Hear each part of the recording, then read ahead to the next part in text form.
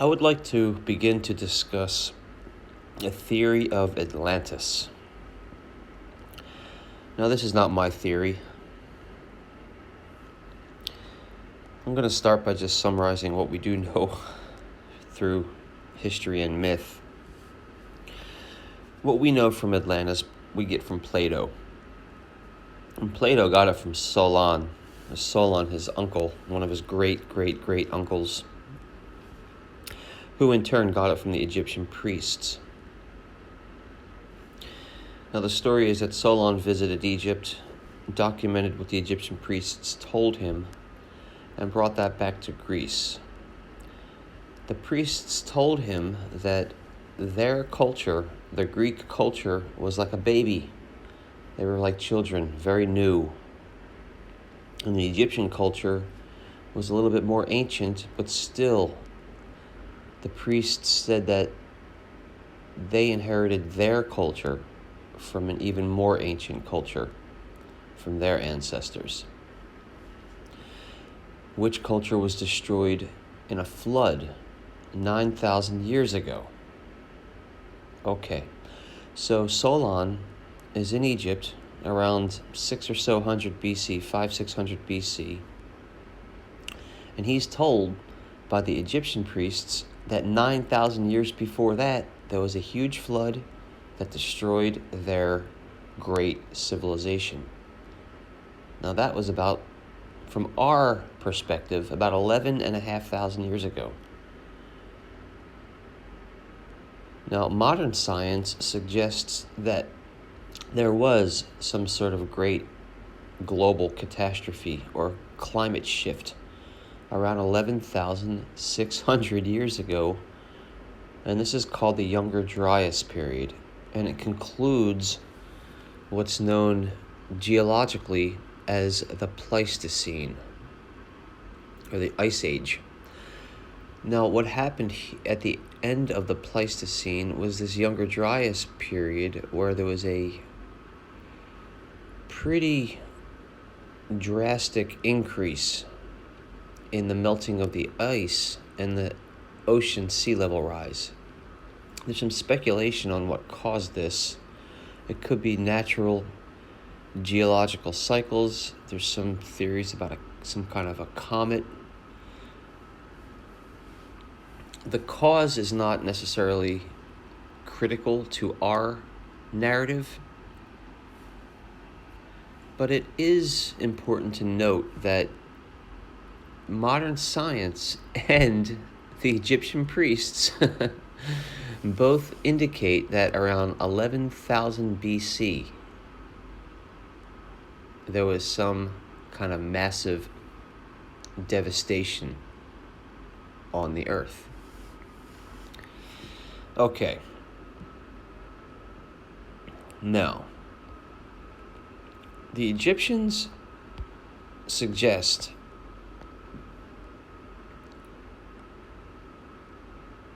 that before their current civilization, which is essentially called the dynastic civilization, they have what's called the king list, the king's list. And this is actually a documentation by modern Egyptologists that goes back to the first Egyptian pharaoh. Now, before him, Narmis, before the first pharaoh, there's a mythological age known as the reign of the gods. Now, this is documented by the Egyptian priests, and this is an age when the very ancient Egyptian gods ruled. So some of these gods that had very long-lasting rulerships were Thoth, Osiris, Anubis, these types of gods, very ancient gods.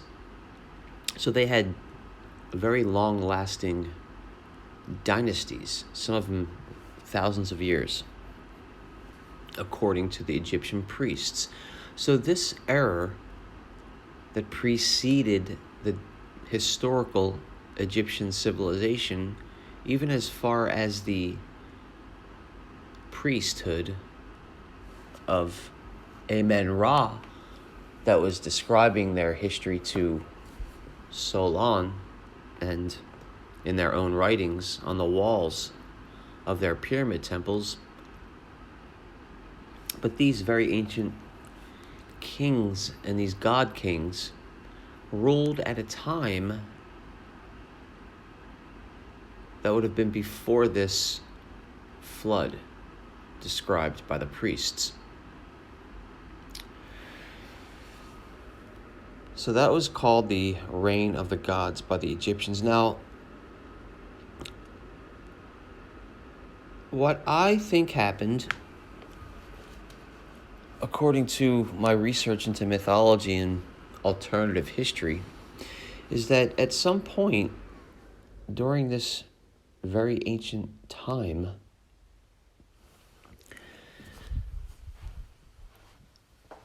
the Egyptian kings did rule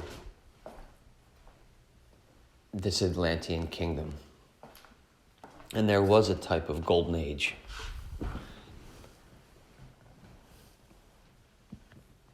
And these people worshipped the stars, specifically the North Star. Now, this worship of the North Star can be traced all the way up through our most recent histories. And that's what I'm going to use to describe this theory of Atlantis and the population of Atlantis spreading across the planet, tracking this myth of worshiping the northern sky. So if we look at the world, the mythologies of the world, we seem to have two strongly concurrent mythologies that absorb most of the attention of the religious cults. And these are the worship of the northern star, the northern sky, and solar worship. And the older of the two is the worship of the northern sky. Solar worship did not come on the popular scene until very recently, around 5,000 or 6,000 BC, around the time of the beginning of the Egyptian dynasties, but a little bit before that. Now we can track the Atlantean myth of the worship of the North Star, or the heavens in the northern sky, by tracking the artwork. And we can first see this concretely in the caves of Lascaux, France, where we see some of the images representing constellations, like this one representing the Pleiades and Orion. This is the portion of the sky in the constellation Taurus.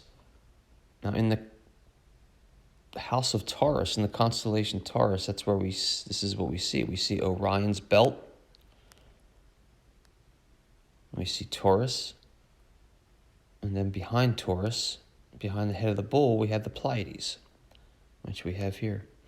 Now, this can no doubt be a representation of that,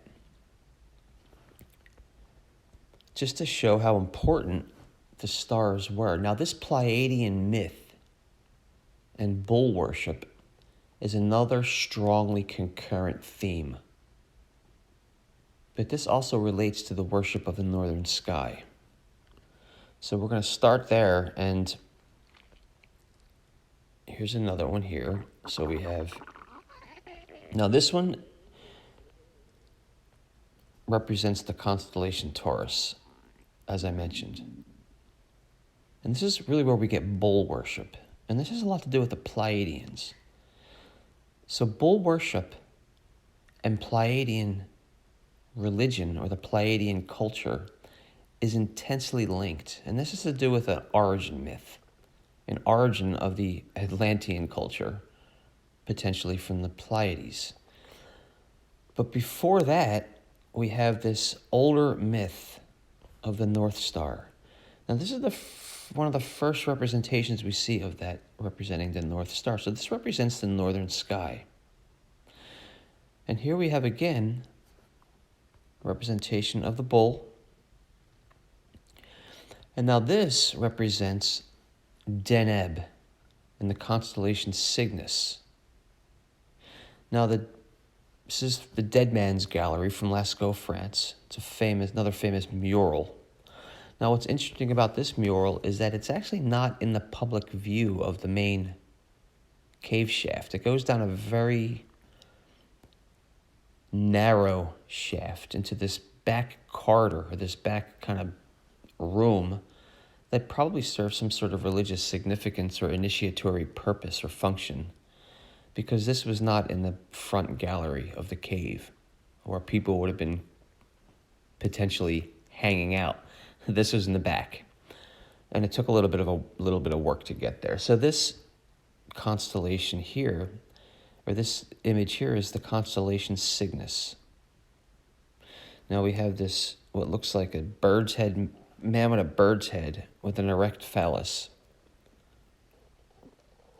Now this bird's head figurine, or effigy, is a very common symbol in prehistoric culture.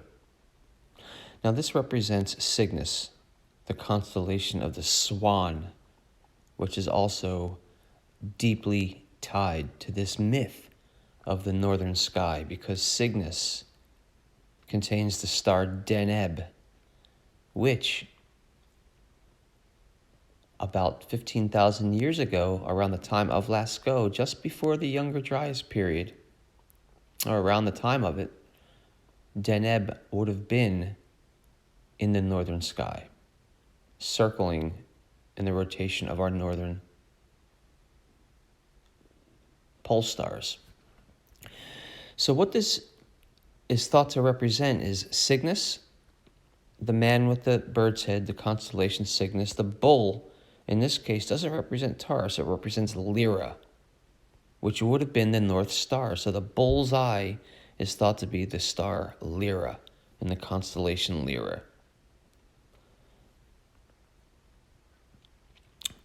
The bird on a stick is Delphinus, the constellation Delphinus, and the little arrow is Sagitta. So here we have an exact facsimile or duplication or representation of this portion of the sky: Cygnus, Delphinus, Sagitta, and Lyra. And this is a very important bit of mythology to this ancient Atlantean myth. Now this is what we were looking at. Deneb with the dead man, Delphinus, Sagitta, and Lyra. The constellation Lyra, which contains the star Vega. So that's what the sky looks like. And this is what we're looking at on the cave wall. So this is what that is. And Deneb and Vega were two potential North Stars around between 10 and 15,000 years ago, because the North Star changes due to the wobble of the Earth. Now this gets into an entire explanation called precession of the equinox, or precession theory, and I'm not going to get into that. It would take around 5 or 10 minutes to explain, but it's very easy to understand if you want to check it out. Precession of the equinox, precession of the equinoxes, and it explains why the pole star shifts as the Earth wobbles and doesn't make it fully around its rotation, slightly off about 1/70th of a degree each year. But nonetheless, this painting by archaeoastrology or archaeoastronomers is thought to represent, and seems to represent, the constellation Cygnus, the swan, Deneb and Lyra, which were North Stars at that time. So this is actually a representation of the North Star.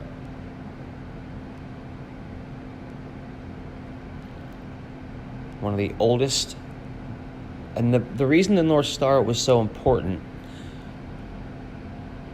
Well, the reason the Egyptians said it was important, we're assuming that they got their perspective and ideas and concepts from their ancestors that were described by the priests to Solon. But they called the North Star the house of the imperishable stars. And they believe that's where their God, their unchangeable, unknowable, eternal God lived. Because that star did not move, all the other stars rotate around the North Star. The North Star was absolutely critical to the journey of the people after they died. They believe their soul went north into that part of the heavens, into the center of the galaxy, traversing, as we have it, becoming the Swan Man, flying into the galactic center. So that Birdman represents the human soul moving into the center of the galaxy, up through the north. Because at that time, that star would have been seen flying into what's known as the Great Rift in the Milky Way. And it looks like it would be flying directly into the center of the galaxy. We no longer see it that way because we have Polaris as the North Star. In the Big Dip, in the Little Dipper, Polaris, not Deneb or Vega as it was thousands of years ago.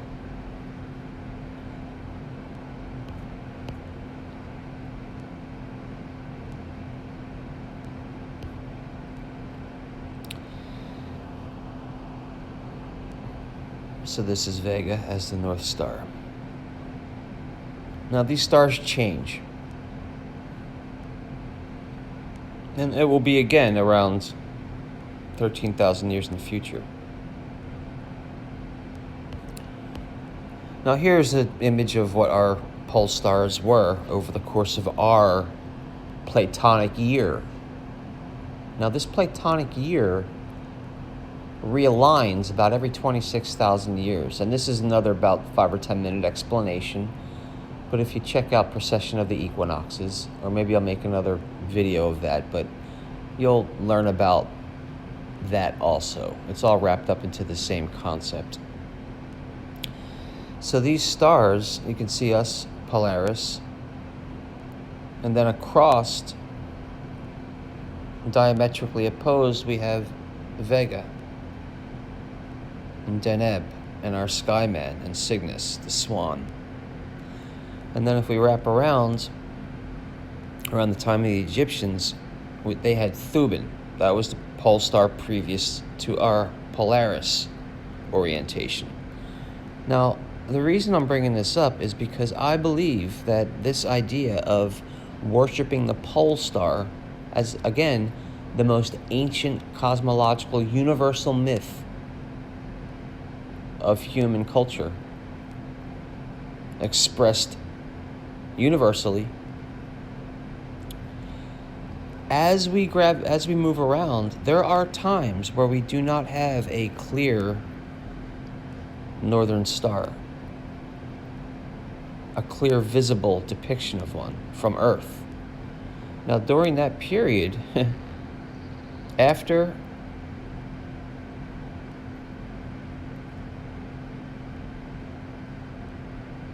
Deneb and Vega, we have a bit of a dark period where we don't really have an orientation north. There doesn't seem to be a focal North Star, at least from the perspective of the Earth. There, of course, is one, but it's just not bright, it's not big, it's not evident in the sky. So nothing seems to be stationary with the rest of the stars moving around it. In essence, there doesn't seem to be a heaven. So during this dark period, where the human civilization essentially lost heaven. Heaven essentially fell or disappeared from the sky. And this mythology changed to a solar orientation. The concept changes. And then with the dawn of the Egyptian religion, as we do have a pole star again, but also what emerges is a religion of the sun. So you see, during this period where there isn't a clear pole star, solar worship began to take over. The northern hemisphere no longer dominated man's consciousness. The journey, the death journey, heaven, the soul started to fall into the background of consciousness. Human's consciousness did change. Their focus was now the sun, the most obvious light in the sky. And we still have that. We are still a solar worshiping society. Now, with the worship of the sun and losing the focus of the northern hemisphere, we also lost the concept of heaven. This was a great shift for human consciousness. It changed how we look at ourselves and the world. We became more focused on material. We became an agricultural society, less spiritual with solar worship. Now I just wanted to begin this theory. So my theory is that during this dark period where there isn't a pole star, solar worship emerged. But previous to that, humans worshipped the northern hemisphere. Not worshipped, but their concept of spirituality was centered around the northern hemisphere, that fixed, unperishable, unmovable star, heaven.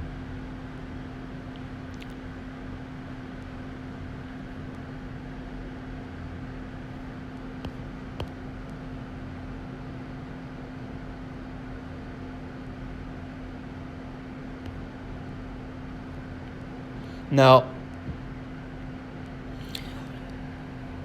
we can see that in Göbekli Tepe, this idea, and Andrew Collins and some of the other researchers indicated this a couple years ago, that they believe that this North Star worshiping culture was already in full swing at that time.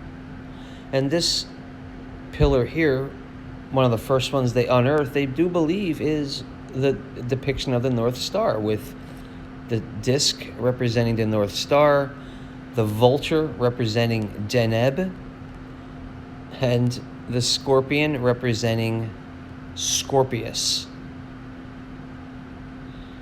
Now, it's not the same representation as what we saw in the cave of Lascaux. It's a bit different, but it's the same portion of the sky, representing the same conceptual framework, the same cosmological framework. So the idea here is that if this was already in full swing, at this point, this is a very, very ancient concept. And it shows that this was already fully developed to the point of creating megalithic structures like we can see that are being currently discovered. They were already advanced enough to have that before the younger Dryas, before that climate shift. So this evidence of a very, very advanced ancient culture, at least psychologically and technologically, but more so psychologically, shows that human civilization was universal, sharing ideas, sharing a religion, sharing a cosmology long before it was thought that they could or did.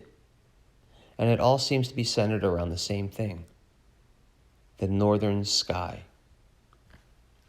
What the Egyptians in our historical period referred to as the imperishable star, the North Star. That's where they believed their God lived, still the dynastic Egyptians.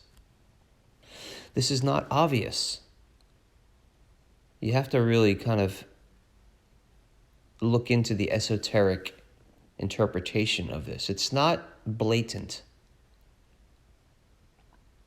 This is not in mainstream Egyptology. It's known to be the religion, but it's a bit esoteric.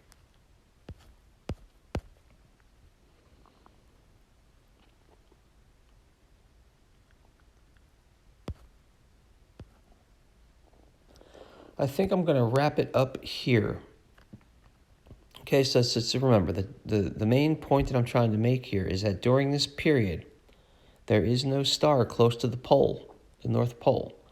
There is no fixed star that's kind of like the axis. The axis mundi is how the Romans called it. The axis of the world wheel. All these archetypes refer to that ancient myth. But during this period where we didn't have that axle, that axis, that pole, that orientation north, solar worship began. And then with the Egyptian dynastic historical priesthood, that solar religion was in full swing, and the worship or the concept of heaven being in the north fell into the background as the solar cults became the focus of exoteric society, the Egyptian culture. This esoteric soul journey, spirituality, was really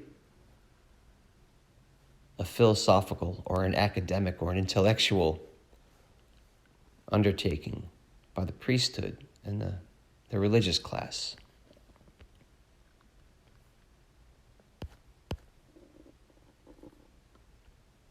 Okay, thank you.